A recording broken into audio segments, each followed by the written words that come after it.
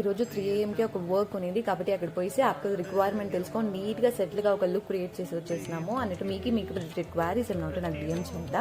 And Geethu బ్రేక్ఫాస్ట్కి వచ్చి banana pan cakes చేసింది. ఈరోజు యాక్చువల్గా డాడీతో డ్రాప్ చేసినారు నా వాళ్ళు అవులే అనేసి. అండ్ అంతేకాదు గీతును డ్రాప్ చేసి నాకు సూపర్ టేస్టీగా డెలీషియస్గా బోండా అండ్ పుదీనా చట్నీ కూడా ఇచ్చినారు. చాలా అంటే చాలా సూపర్గా చేసింది.